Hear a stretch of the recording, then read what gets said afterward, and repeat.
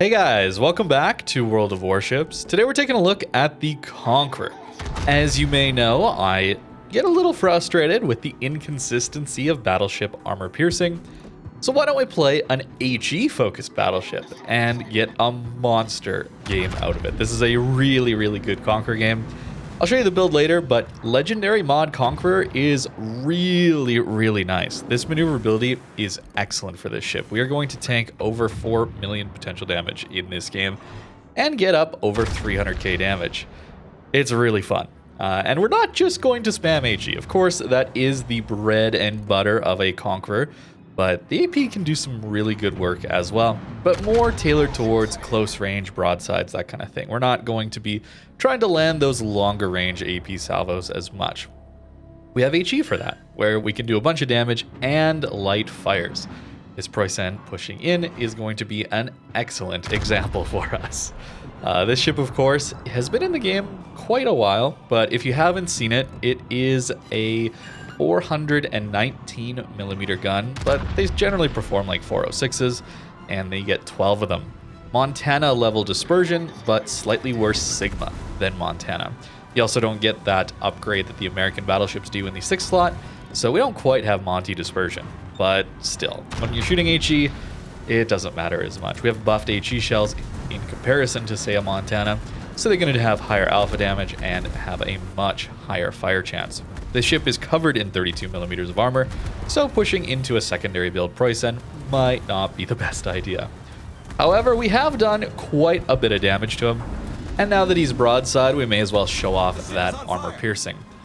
I honestly can't tell you why I don't have expert loader. I really should on this commander, but I don't in this game. It's a bit of a mistake. We still have a good match, but 31,000 damage feels pretty nice there. Could have been a little bit more, but still, 30k we will gladly take on a broadside German battleship there. Not really going to get citadels because of the turtleback, but the full pans do certainly add up. Expert loader, of course, very good when you want to be using both ammo types, and you definitely want to do that on the Conqueror, especially if you're getting into positions at closer ranges to people. Now, I do make some mistakes in this game, especially when it regards to angling to this Thunderer, who is going to take some pretty nice amount of HP off of us here. This super heal, too, is a very nice feature of this ship. If you haven't seen it before, nearly 44,000 HP per heal, and we can potentially get 5 or even 6 of those with the right commander setup. Pretty insane.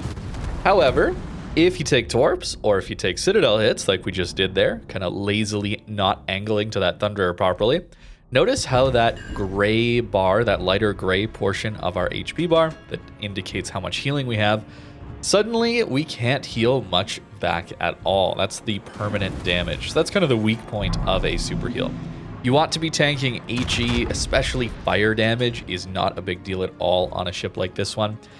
As soon as you take torps or you take citadel hits, yeah, that is where the super heal is going to let you down, just because it can't heal back much of that permanent damage. Thunder not on any fires anymore, so we would love to relight them. And even though we are in a Conqueror, and traditionally you'd see a Conqueror kiting at the back of the map, we are going to be pushing this flank because it seems like the enemy team is much stronger on the 1, 2, 3 lines, as you can probably tell here. Yeah, we're losing some of our teammates over there. It is time to get some stuff done over here. We have some DDs to help us as well, but the main thing is clearing this flank before the enemy team is able to take out our team's 1, 2, 3 line, and then we get just caught in a quarter of the map and die in a massive crossfire. So pushing up here, trying to deal with this Moskva, trying to deal with this Thunder. I was honestly expecting them to start kiting away, but Moskva actually turns in. We actually outspot him as well because Conqueror concealment is so good. Even with legendary upgrade, which does take the 5th slot, which reduces your concealment, of course. If you're taking legendary upgrade, you can't take concealment. We still outspot him. That's just kind of one of the features of this ship. Pretty decent concealment. And the Thunderer has also turned in. Now, in situations like this, I'm always rather worried that I'm just going to get rammed. I'm not a fan of that, honestly. Brawling it out at close range like this, even in a Conqueror, right? Like, we're not a Proysen or a GK, which wants to be here as much more.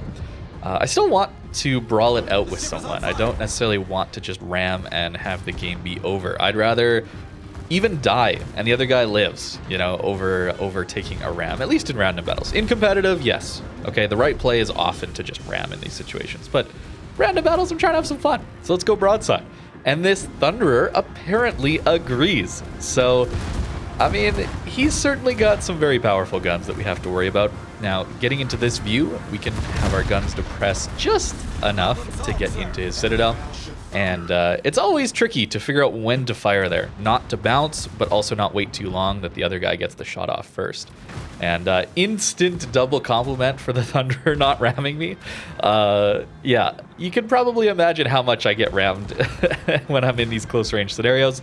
If I'm just instantly going to compliment him mid-battle. There's still a Moskva at close range, but I didn't care. I just had to, man. That was excellent. So if you're watching this video, Mr. Thunderer, thank you, man. I very much appreciate it. I hope next time you do manage to get the Brawl and kill me next time, honestly. Moskva coming up next. We do have AP loaded and aiming for that upper bow. That is a 25mm portion that we can overmatch.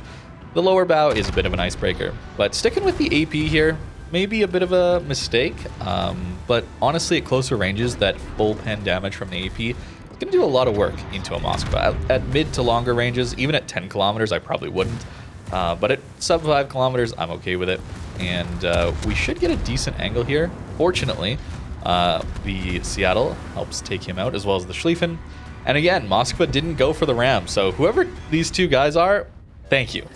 Seriously, I very much appreciate it. In random battles, not going for the ram, trying the broadsides. I'm surprised I didn't eat citadels to that Moskva, to be totally honest with you, just because at these ranges he should have the pen to get through me, so I got pretty lucky there that the Moskva wasn't citadeling me to death there. Johan about to die to our teammates, but we managed to yoink that kill. A bit of a kill secure, kill steal maybe. But that gets us 2 kills and 200,000 damage. Took us a little while to clear this flank though, and that's enough time that the enemy team has more than pushed through our other flank. So they have a full health, or essentially full health super ship in a Satsuma, which is possibly one of the scariest super battleships for us to go up against because his overmatch essentially ignores all of our armor. It's going to be painful. So hopefully we can burn him down before we get to too close a range. And, you know, maybe he's going to just focus on our teammates instead of us, right? We can hope for that. But our first salvos here, not doing too hot. At least the first initial wave, only 1 hit. But hey, 1 hit, 1 fire. That's the thing, man, about HE. Even if you're just hitting 1 or 2 shells, they can even shatter. They don't even have to do full pens. You can get these fires, and then you're just guaranteed damage.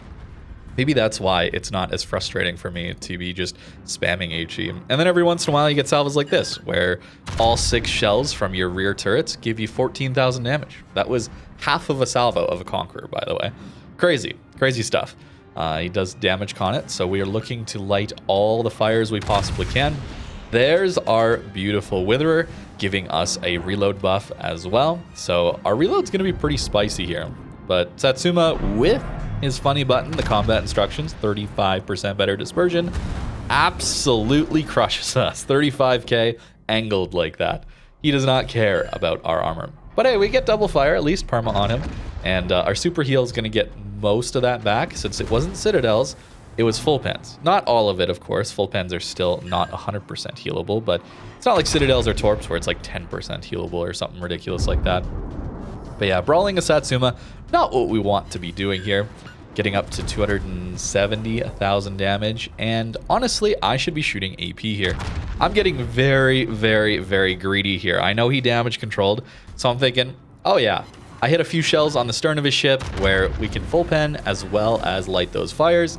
Yeah, we're gonna get 3 fires, maybe even 4. I might even get greedy for the bow fire afterwards, and I just never got it. And you can see how these salvos are a little bit disappointing here when I'm not aiming for center mass with the HE. And honestly, given his angle, our AP would be crushing him as well. Very lucky to not die to that salvo there. You can see the massive difference in dispersion. Satsuma funny button versus when it doesn't have it. It's kind of painful to play that ship sometimes, given that dispersion. It's still decent damage. He did like 15k, but I mean, it's pretty frustrating, I guess, on his part to not kill me there. And then turning away means the aiming system helps us out here. And Jean-Bart, Montana, and Tianjin don't actually kill me, letting us get to our next super heal. So that is nearly 3 million potential damage now, and just barely staying alive. Close game, very nice to see. But unfortunately for us, we have lost all our DDs, and the enemy team still has one DD, who already has a Kraken, so very dangerous person to go up against. And that is going to be a torpedo on us. Can't really heal much of those back. 3,000 HP now, and 44 seconds to wait until our next heal. Can we live? Well, this is where the legendary upgrade is so useful. You're just going to see how many shells we're able to dodge and just barely get out of the line of fire. Also, we get lucky here just not to die too. Okay, it's not just legend mod. It's not just good positioning and dodging. It's luck too, okay? When you're on this HP, there's a lot of luck involved. So I'll gladly take it. Getting up to nearly 300,000 damage now. Over 3 million potential damage. Very, very good stuff out of a Conqueror, especially one where I played so poorly to take a Citadel from the Thunderer, and we took those massive overmatch salvos from a Satsuma. Typically, those kind of games where you're up against those people or making those mistakes like I did, you're not getting that much potential damage because your heal is so weak at that point. So here we go, on to our last heal. Barely living. And still using our concealment as much as we can, but we still need to fire, right?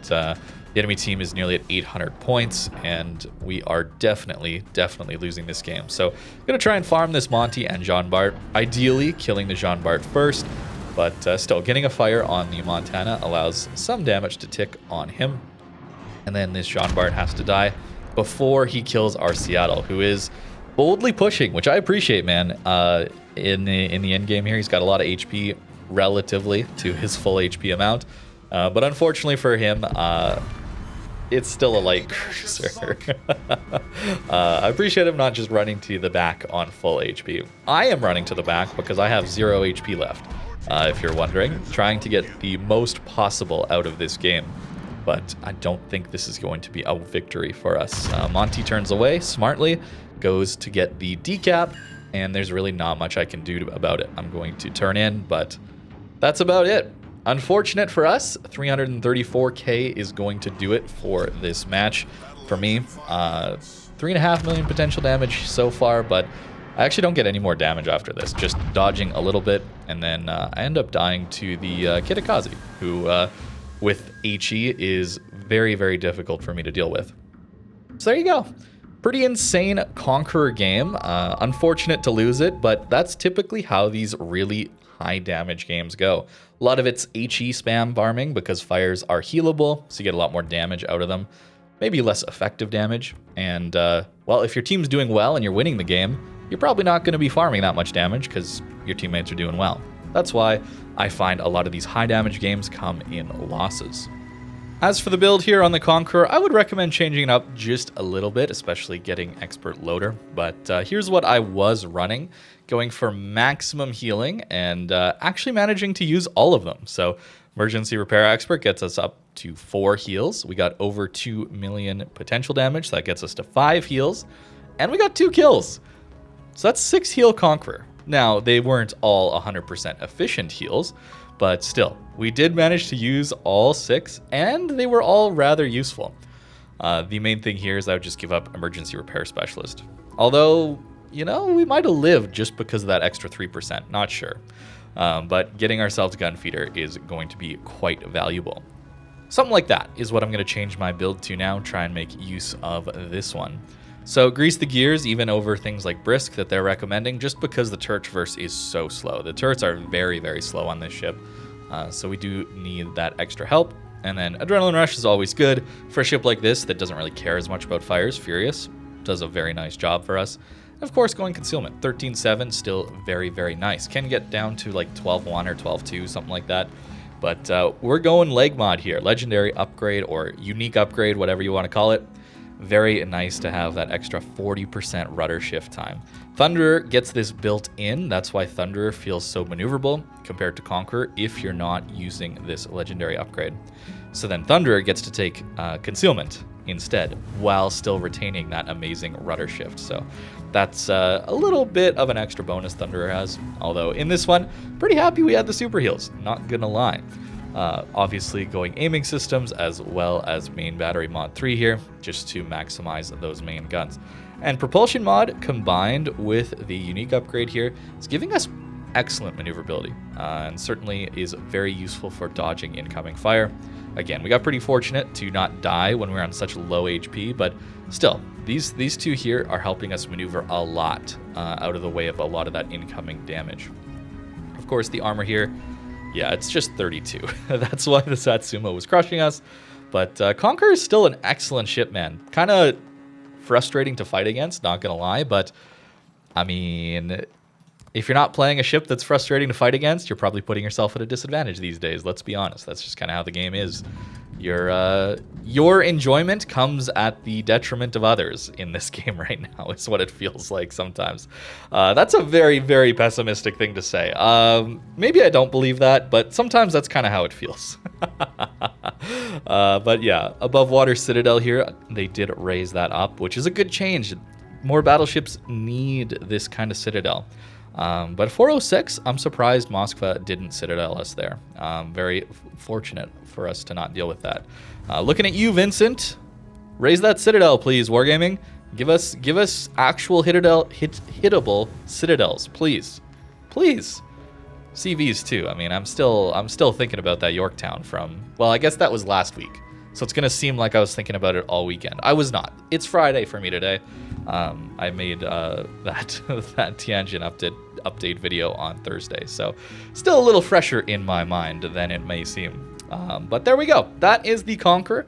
Pretty nice game. I had to, I guess, start the week for you guys with this one, end the week for myself on this one. Just have a good time with a monster game. Unfortunate we didn't win, but again, that's just kind of how it goes when you are when you're getting high damage games.